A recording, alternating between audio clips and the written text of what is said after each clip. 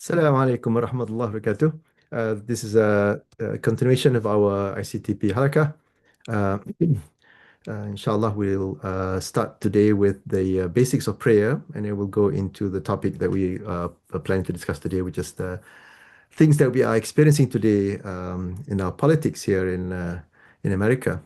So, continuing from our discussion last time on prayers, we discussed how important prayer is. Prayer being the first amal, the first deed that will be asked on the Day of Judgment. Prayer is also the act that is the primary act of zikr, the primary act of remembering Allah Subhanahu wa Taala. It is the it is the connection that we have with our Creator. So, so we so today, inshallah, we'll go into how to actually perform the prayer, and I'm going to focus on improving our quality of the prayer as much as I can. And of course, if anyone can add to that, contribute, please do so, inshallah. Maybe in the comments that you get online. So prayer begins, during the stated time. As we know, there are 5 prayers, and when we begin to pray, we start to pray. Before we start to pray, we have to make sure that we have wudu and we are facing the Qibla.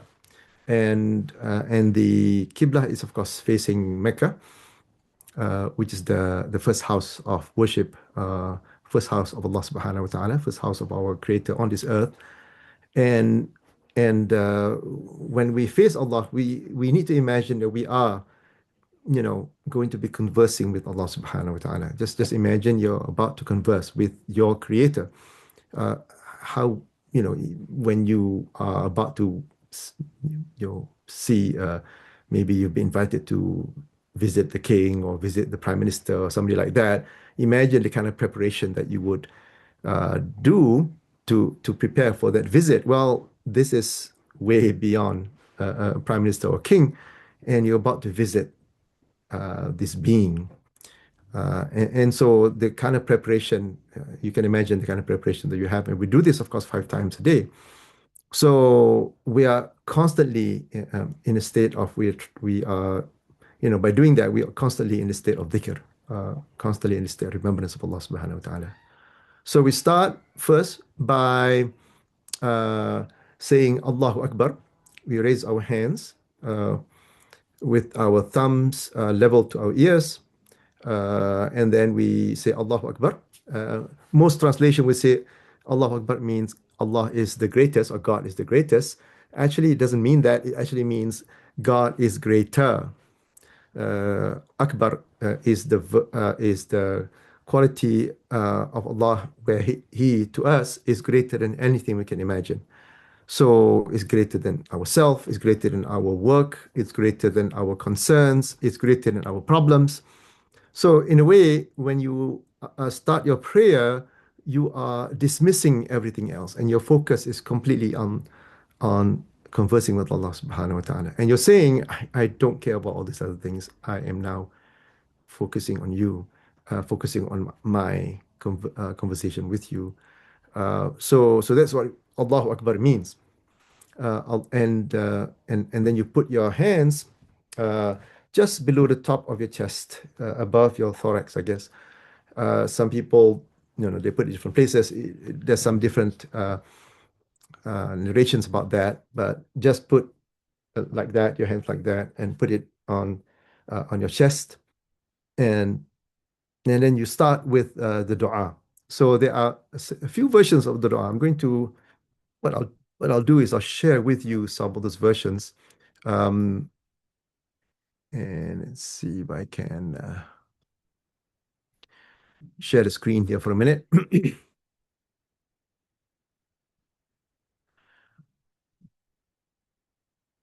So here's and I'm going to paste this in the chat so that you can see what it is. So I used to read this one when I was younger. أعوذ بالله من الشيطان الرجيم. بسم الله الرحمن الرحيم. So this is actually, it's not the Quran. Don't worry, I'm saying that. But anyway, the dua goes, وجهت وجهي للذي فطر السماوات والأرض حنيفا مسلما وما أنا من المشركين إن صلاتي ونسكي ومحياي ومماتي لله رب العالمين لا شريك له وبذلك أمرت وأنا من المسلمين. Okay, and then it goes on. Usually I used to read up to there, and that's enough to start. And then the hadith that relates this goes more. Allah, Allahumma antal mulk, Allahumma antal malik, لا إله إلا أنت أنت ربي وأنا عبدك ظلمت نفسي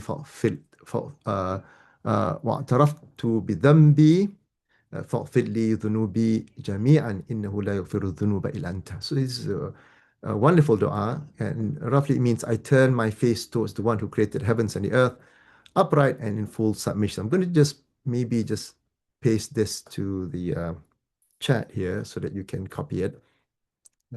If I can find where I'm looking here. And then I'm going to also copy the transliteration so that you can get that as well.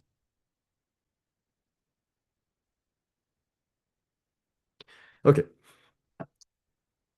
Stop that for now. And I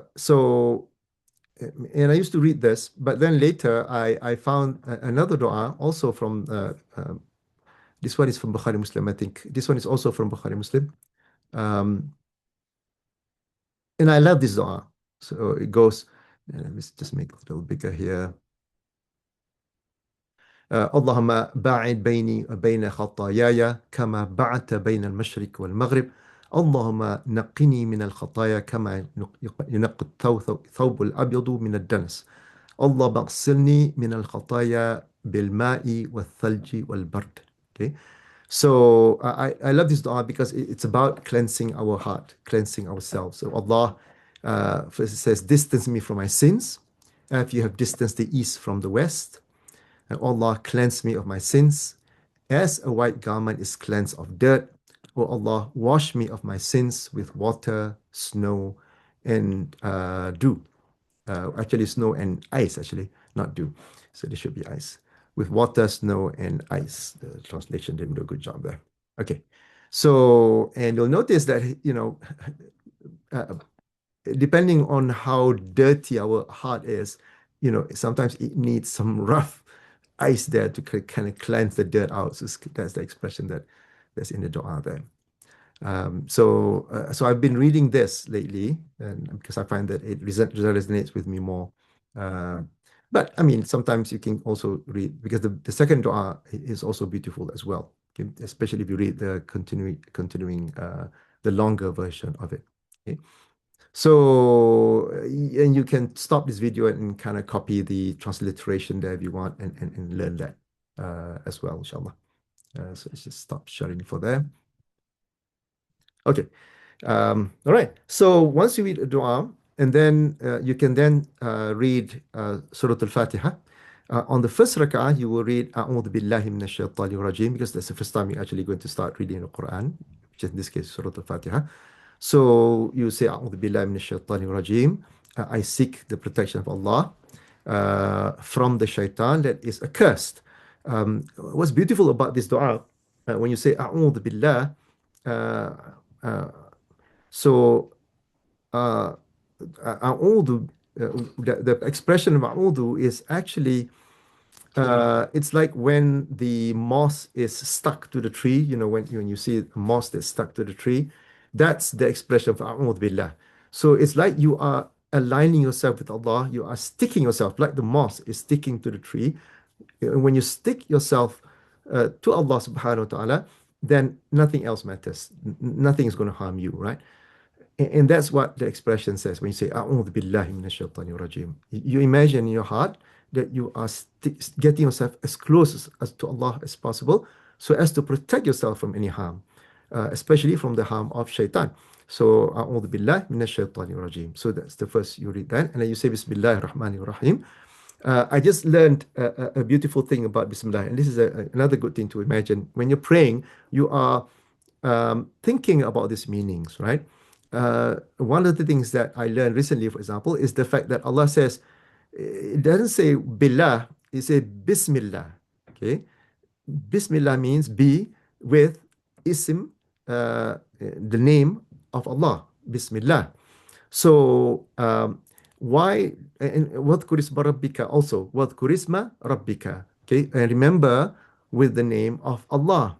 Okay, so why does Allah put His name there before His own name, which is Allah, in that phrase that we read, like in Bismillah ar-Rahman ar-Rahim? Well, it's very significant because the word ism comes from the word sumu in Arabic, and the word sumu, ism, means the highest of anything.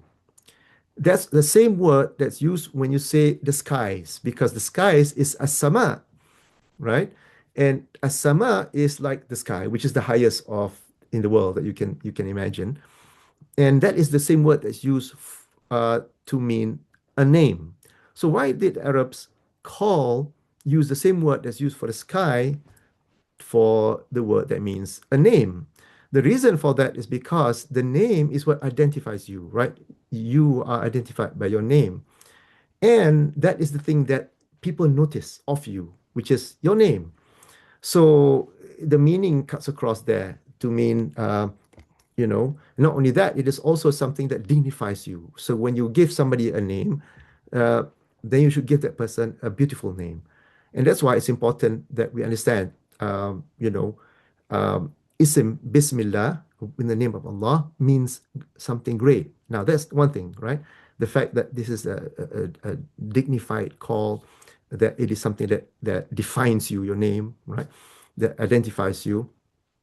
It also means this, because when you are going through your experiences in life, what happens is that if you are close to the name of Allah, uh, then everything in your experience you can relate it uh, to the name of Allah Subhanahu wa Taala.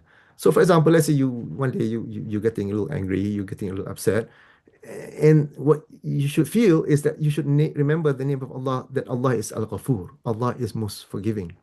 So you might be angry at somebody, but because you remember that Allah is forgiving, then you cool down a little bit and say, okay, well, I'm not going to be so angry now, because I deserve to be. I mean, Allah deserves, uh, you know, to be, for me to be less angry, to be forgiving. Okay, if you, for example, you feel like, what do you call it? Let's say you're in trouble, and you need help. Well, Allah has a name for that as well, right? Remember for example, other religions, for example, they might say that God is love. You've heard this expression before. Well, one of the names of Allah is Al-Wadud. Okay? Al-Wadud is extreme love. So, so every of the 99 names of Allah that we know of is connected or can be connected to our experience. and and every time we go through life, the names of Allah um, should reflect on our actions, should reflect on how we behave. Okay? And that's why Bismillah ar-Rahman ar-Rahim is so great. When we read that, we just remember all the names of Allah that resonates with us the most. Okay. All right. Then we read Al-Fatiha. And everybody knows how to do that. I won't go into the meanings of Fatiha and all that. And after that, you read the surah of the Quran. And again, try to find a surah of the Quran, again, that speaks to your heart, that you've been memorizing perhaps, that you've been learning, and because that will give you the best impact when you're praying to Allah subhanahu wa ta'ala and making salat to Allah subhanahu wa ta'ala. Okay, so that's the done with the first rak'ah. There you make ruku'. Okay, and when you make ruku', you're supposed to make ruku'. You're making ruku' means you are bowing, and try to be 90 degrees, as much as 90 degrees as possible when you're making ruku', with your hands on your knees, and you read Subhana Rabbil Azim, Subhana Rabbil Azim wa bihamdih. Okay, and Subhana Rabbil Azim means glory be to Allah, who is, of course, the great one, Al Azim, the one with authority, wa bihamdih, and all praises that he deserves. Okay? And you repeat that 3 times, and then you raise your body up, you stand up, and you say Sami Allahu liman hamidah. Sami Allah, Allah listens to the one who praises him. Okay, Sami Allahu liman hamidah. Allah listens to the one who praises him. And then you read after that, Rabbana lakal hamd. Rabbana, O my master, O our master, to you are all your praise and thanks. So, and you are now standing up straight, and then you make your sujood. And of course, this is the time that you are closest to Allah subhanahu wa ta'ala. So this is the time that you are humble, most humble to Allah, because your head is on the floor. And when you do that, you will read Subhana Rabbil A'la wa bihamdih.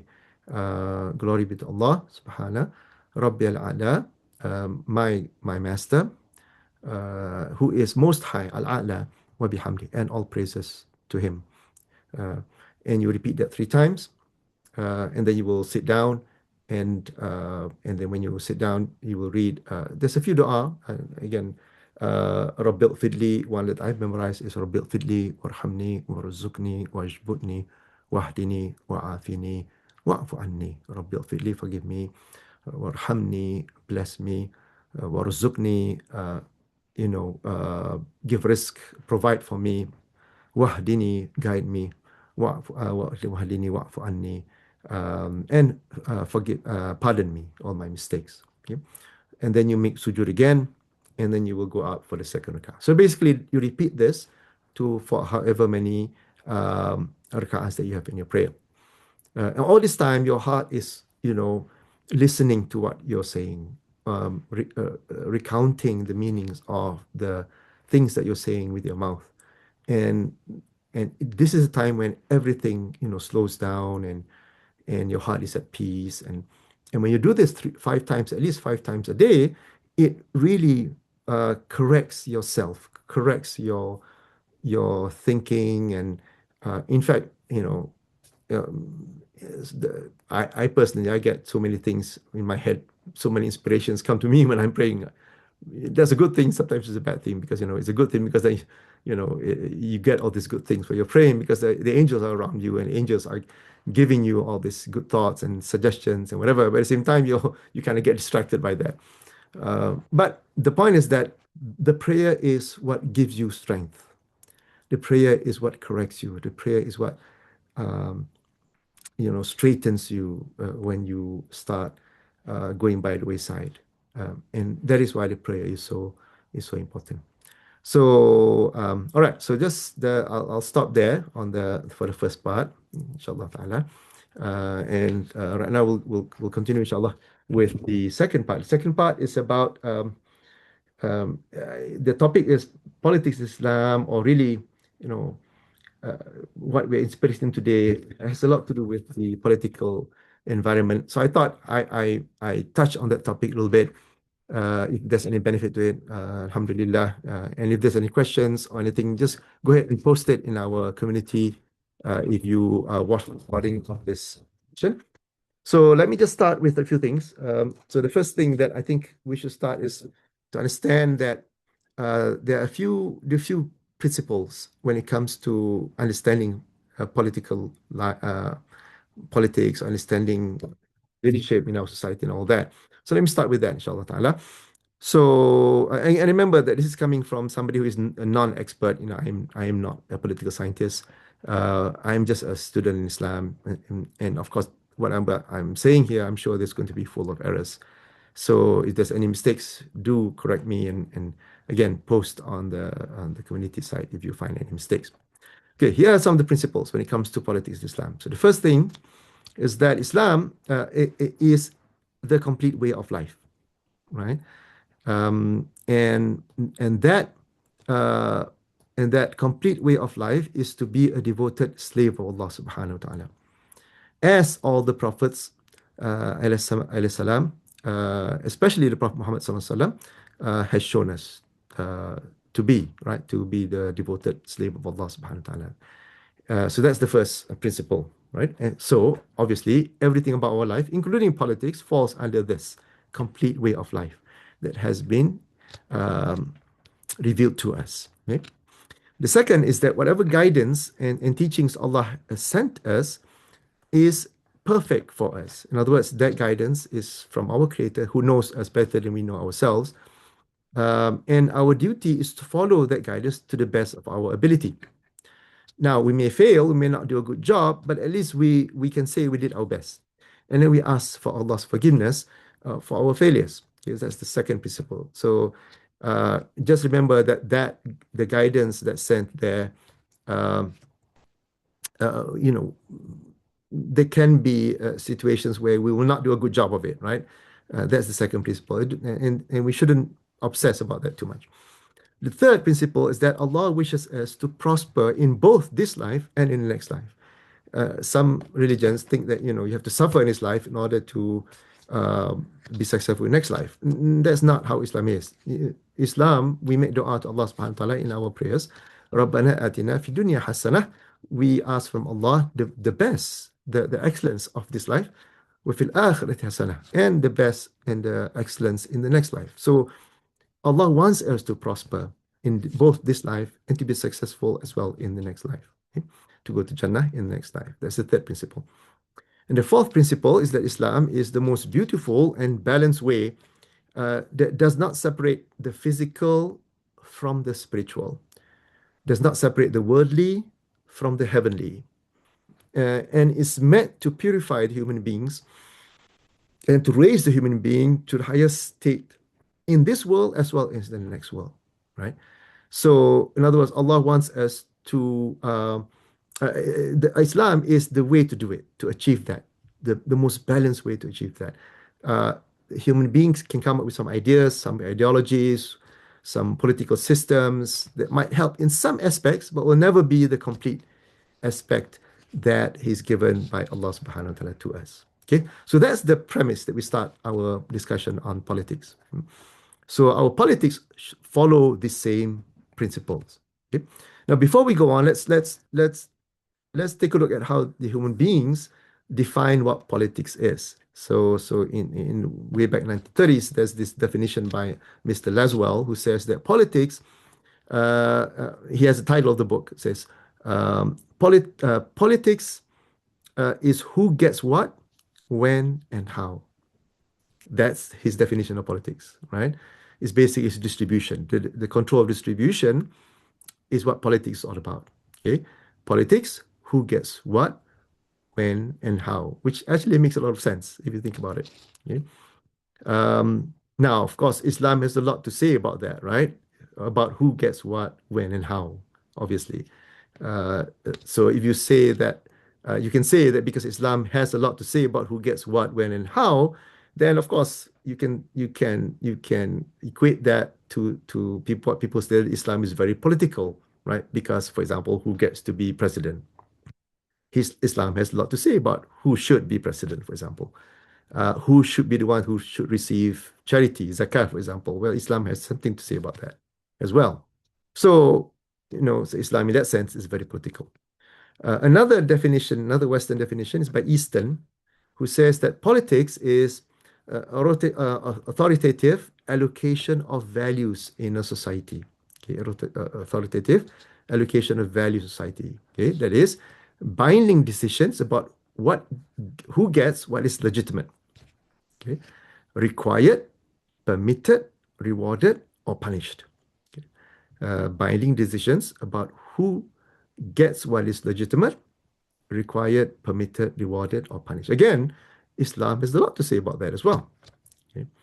So, let's take a look at what the Muslim scholars say about politics. Okay, so this is by Al-Mawardi, and he lived around 1050 AD. Okay, this is 1050 AD is how many thousand years ago, right? So he wrote in his book Al-Ahkam al-Sultaniyah, he said that the leader is the successor of the prophethood. The leader in the community is the successor of the prophethood as a means of protecting the deen. In other words, the prime goal of politics and leadership is to protect the religion, to protect the deen, and of managing the affairs of the world. Okay, so now the Quran, Surah An-Nisa says, "A'udhu billahi minash shaitanir rajim." إن الله يأمركم أن تؤدوا الأمانة إلى أهلها وإذا حكمتم بين الناس أن تحكموا بالعدل إن الله نعم ما يعظكم به إن الله كان سميعا بصيرا. Allah commands you all to place and restore the trust to their rightful owners. Okay, so one of the commandments from Allah is that any amana, any trust, we should give it to who deserves that trust, who deserves to be given that trust. In other words, give people who, for example, who qualify to perform the trust. For example, you don't just give a trust to somebody who's not qualified, who will, betray the trust. For example, you don't do that. So any trust, give it to people who deserve or who can restore the trust. Trust has their owners. Okay? And if you judge between mankind, وَإِذَا حَكَمْتُمْ بَيْنَ النَّاسِ أَن تَحْكُمُوا بِالْعَدْلِ, you should do so, you should judge them with justice. You should judge justly. إِنَّ اللَّهَ نَعِمَّ مَا يَعِظُكُمْ بِهِ. Remember that Allah has certainly blessed you by His counsel. That means by His advice, the fact that Allah is advising us, is guiding us. That is the greatest blessing we can get. Okay? You can imagine. Most certainly Allah is most hearing and most seeing. And then Allah says in the next ayah, يَا أَيُّهَا الَّذِينَ آمَنُوا أَطِيعُوا اللَّهَ وَأَطِيعُوا الرَّسُولَ وَأُولِي الْأَمْرِ مِنْكُمْ. O you who believe, obey Allah and obey the Prophet and the people who are in authority among you. Okay?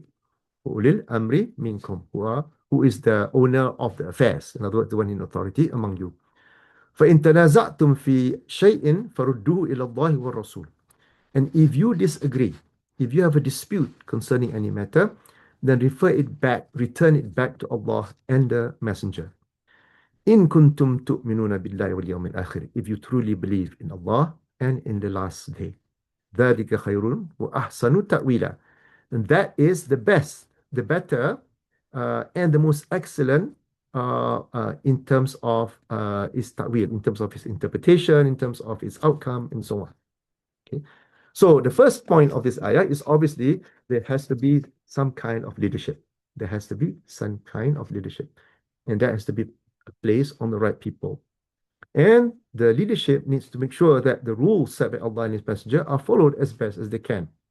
So what happens if the leaders are corrupt? Okay. What happens if, do we still need to obey them? Or for that matter, if the leader is non-Muslim, for example, do you still need to obey them?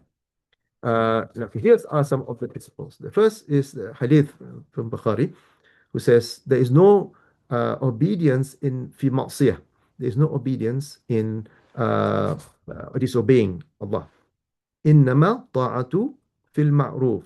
Obedience is only in what is right, what is ma'ruf, or what is in normatively good conduct. Okay, so if there is a command, if somebody asks us to commit a sin, we should not obey. Okay? But in normal circumstances, obedience is actually the default when it comes to people in authority, which means that if we are living under a law, we should obey the law, right? And why that is so? That is because that law is there to maintain order in society, and we are part of that society, so we have to obey that law. Okay. And the Prophet ﷺ made a prediction. He says, "Yakunu ba'di a'imma la yahtaduna bihudaya." Okay. Rulers after me will come who will not follow my guidance. In my sunnah, sunnati. And some of their men will have hearts of devils in a human body. So this is the hadith of the Prophet ﷺ. In some of them, qulubu ash-shayateen. That means their hearts are hearts of devil in the body of a human being. Okay? So I said, the Sahaba of the Prophet, "O Messenger of Allah, what should I do when I see that time? What happens if I live during that time?" So the Prophet says, you should listen and obey them. Interesting, isn't it? You should listen and obey them. Even if the ruler strikes your back and takes your wealth, even still, listen and obey. Okay, so this is the status of leadership in a society. It's so important that we maintain that order, and the reason for that is because if that order is not maintained, is that civil order is not maintained, then what's going to happen is that what's going to happen is going to be worse. Um, you know, the chaos and the anarchy that will result from people disobeying or going against the law is going to be worse. The worse situation, in other words, for everybody. Okay. Now that doesn't mean that if the leaders come to you and say, okay, you have to, commit this crime or whatever that is against Islam. Obviously, you're not supposed to follow that. Then you need to disobey. You shouldn't do that because that is against the other hadith, right? That if you're commanded to disobey, then you should not. There's no obedience in maksiyah, in disobedience. Allah subhanahu wa ta'ala. Okay. So basically what it says is that the sinful actions of a Muslim leader is not an excuse to violate basic laws, in other words, right? So let's say the leaders are corrupt people, they're bad. Even then, that does not mean that we should violate the laws and norms of civil society. Okay, we're still obligated to obey lawful orders and regulations, despite the government's malpractice sometimes in other areas. Okay, so so we should work in other ways in order to improve the situation. Okay, so that's another obviously that's another discussion. Okay. Um, here's another hadith. خيار أئمتكم الذين تحبونهم ويحبونكم. The best of your rulers are those whom you love and they love you, who pray for you and you pray for them. So this is the ideal situation where you have rulers, they're good rulers, and they are so good, you love them. And of course, they take care of you, they love you, they will pray for you, they want the best for you, and you also pray for them. The worst of your rulers are those whom you hate, and they hate you, whom you curse, and they curse you. And then somebody asks, shall we confront them with swords? In other words, you come across this really, really, the worst rulers, shall we confront them with swords? The Prophet said, La. Okay, don't do that. ما أقاموا في ما أقاموا فيكم الصلاة, as long as established prayer amongst you. Okay? So as long as they are the ones that establish a prayer is still being established in a society, then you cannot, revolt basically against them. Okay? Um, and if you find something hateful in them, you should hate their actions, but not withdraw your hand from obedience. Okay, so the actions you basically, hate their actions, but you should not basically revolt against them. Okay? Um, so yeah, there's quite a few ideas about that. Okay? Anyway, just maybe we'll just end with a few more hadith just to uh, put to the point that okay, now that we know that situation, so how are these rulers actually get elected? Okay? How is it supposed to be done? Okay. So in the case of the children of Israel, Allah subhanahu wa ta'ala actually appointed them, okay, because the rulers of the children of Israel were their prophets. So literally, Allah sends the rulers to them, right? As mentioned in this hadith in Abu Hazim, um, the children of Israel were ruled by the prophets. Whenever a prophet passed away, another would succeed him. Verily, there will be no prophet after me, right? So the prophet is saying, there's no prophet after me. But there will be many caliphs, there'll be many khulafa, there'll be many people who will replace me. Okay. They said, what do you command us to do? And he said, fulfill the pledge of allegiance to the first, then the next. Okay. So, and give them the due rights. For Allah will ask them about what He entrusted to them. In other words, these caliphs, these leaders, the people who replace the leadership from the Prophet, okay, will be given a great trust. And of course, Allah will ask them about what they do. Okay. Um, now, what if the leader is non-Muslim? So this is the situation we are in. Okay, what happens if the leader is non-Muslim? So the guidance here, there's quite a lot of guidance in the Quran about this. One, of course, that's famous is the story of Yusuf alayhi salam. So he obeyed the leaders of his time. Remember that he was kidnapped and enslaved when he was a young boy. And he lived in the house of one of the ministers there in Egypt. throughout his youth. And of course, we know that he went into jail. He was wrongly accused. But throughout this whole period, he obeyed the law. He was a good citizen, in other words, right? And he played his role. He was a servant. He was a slave. Actually, he was a slave. He did his work, and he was a very respected slave, right? Because he did his work very well. So he played his role, and it's not like, some people think, oh, well, if you're a Muslim, then why aren't you, fighting the government or whatever? No, that's not what the role of a Muslim, especially in a situation where there is no, uh, uh, what do you call it? The Muslims are not in the majority, like for example, where we are, for example, the Muslims are in a minority. And not only that, people don't understand Islam. So taking the road of violence or the road of what we see some people do today is actually unwise. And the reason why it is unwise is because it's not going to help your cause. Okay? Now, in the case of Yusuf alayhi salam, he played his role, and then when he was invited, he was taken out from jail after he was in jail for Allah knows best, maybe 10 years, maybe 15 years. Uh, and again, he played his role as somebody who was responsible for the treasury of the nation. Okay? In this case, the treasury of Egypt, which is the whole country. And as a result of his work, again, under the rule of a non-Muslim, and not only a non-Muslim, a very corrupt society, as we saw from the story of the women who tried to seduce him and tried to put him into this environment, very, very, corrupt environment. But he maintained his innocence, if you will, maintained his iman, and as a result, he was given the hikmah by Allah subhanahu wa ta'ala throughout, because he restrained himself from this corruption. And because of that, Allah gave him the hikmah. Allah gave him the wisdom in order to carry out his work. And then when he was minister, he still followed the law of the land, even though that law is not the Sharia. That's not the Sharia. And some of those laws are kind of weird, right?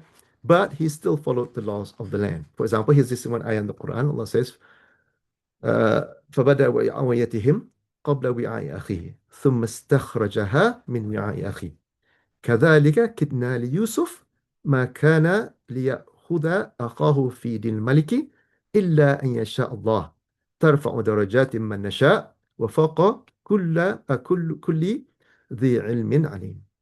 That he, Yusuf salam, began to search with their bags before his brother's bag. Okay. And then he produced it from his brother's bag. Okay, we know the story. Those of you who are not familiar with the story, very briefly, what happened is that his brothers came to visit him to try to exchange whatever they had for food, because they were running out of food. And Yusuf was in charge of the treasury of the food to give to the people who needed them.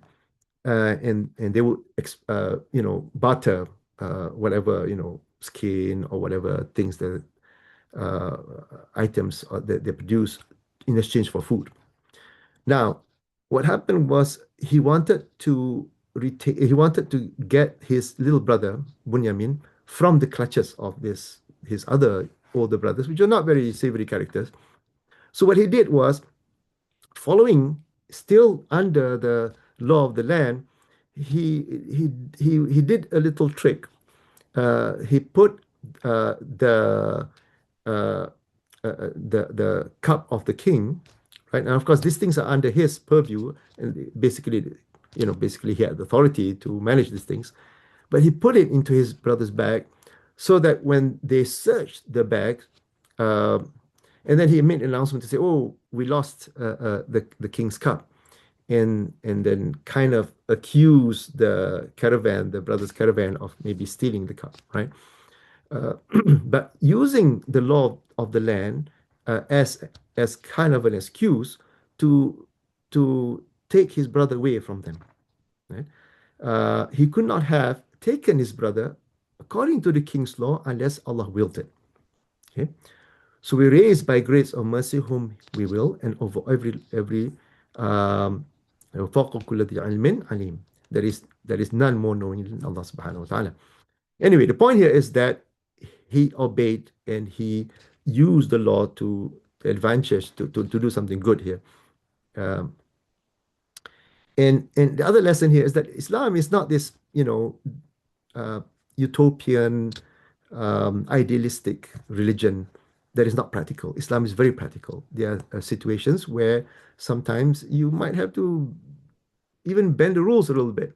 Okay, just as happened to Umar Khattab, for example, during the time of the drought, uh, when people were caught stealing, he suspended the hudud of cutting people's hands for theft. He suspended it because people were stealing because they were hungry from the drought. And so the laws themselves were put on pause because of the situation. Okay? And that is the ijtihad of Umar Khattab.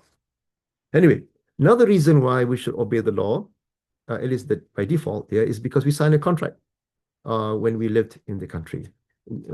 We signed a contract, we entered the country, we signed a contract to be a citizen. And, that contract might not be a paper that you can see, but it's a contract that you know, a verbal contract perhaps, or some other contract. So we should obey that contract. Okay. And finally, let me close with who gets to lead. Okay. Actually, there's two levels. In Islam, this is from Al-Mawardi as well. He said there are two levels. The first level is the people who are qualified to choose the leadership. In other words, not everybody gets to choose the leadership. Okay? Not every idiot, I guess, uh, has a hand in saying who becomes the president. Okay? It's not just simple voting, in other words. So in Islam, the person who chooses the leadership, they themselves have to be just. And they have to be shown to act accordingly. In other words, you can't just say, I'm just. They have to be known to be just. And then they need to possess the knowledge. In other words, they also need to be known to have acted, not just to claim they have the knowledge, but they act according to their knowledge.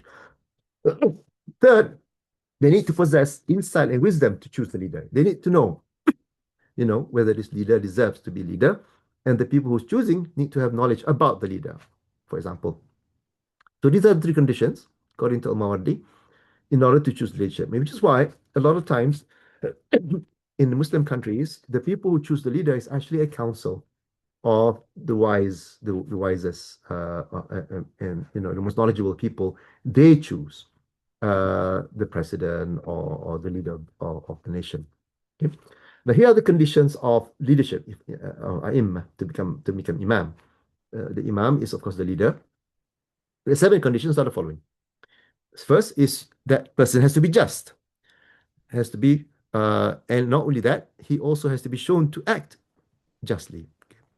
The second is he has to have the knowledge to be able to make ijtihad in unforeseen matters. In other words, he is a mujtahid, right? He has the knowledge to not only know the basic of Islam, but to be able to make ijtihad, to make real judgment, and to arrive at the relevant judgment. Okay. The third is it has to be, good health in terms of his faculties to make sound decisions. He also has to have, his complete sound in limb, in free from deficiency in the normal way. Although, one time the Prophet ﷺ, actually nominated a blind person, his Ashabi, who was blind, to become governor of Medina while he was away. But that's a temporary thing, not a full-time, nation leader. So that person needs to have full, set of his faculties.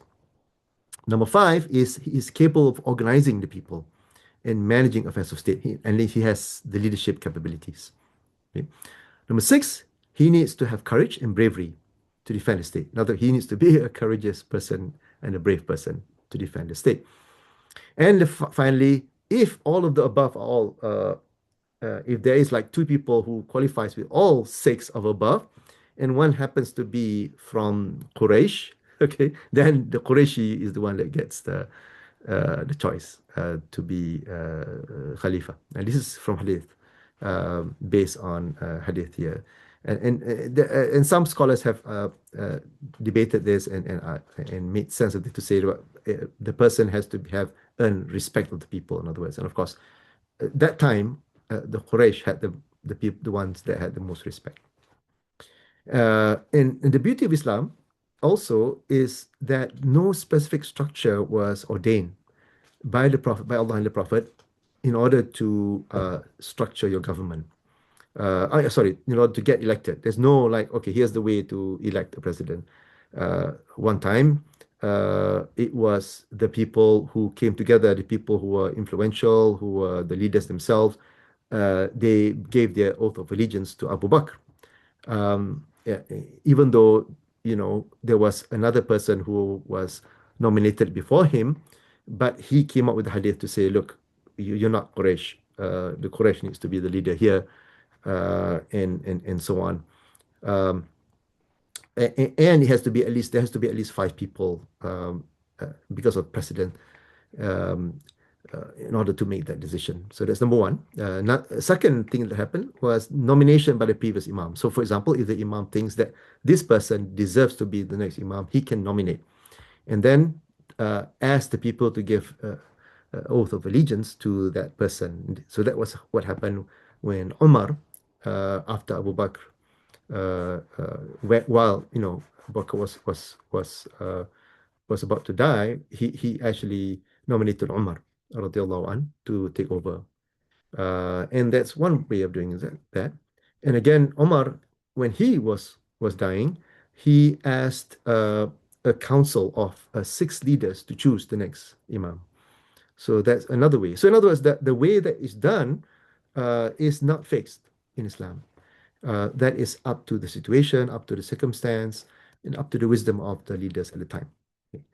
All right, so that's it. Allah subhanahu wa ta'ala forgive me if I made any mistakes there.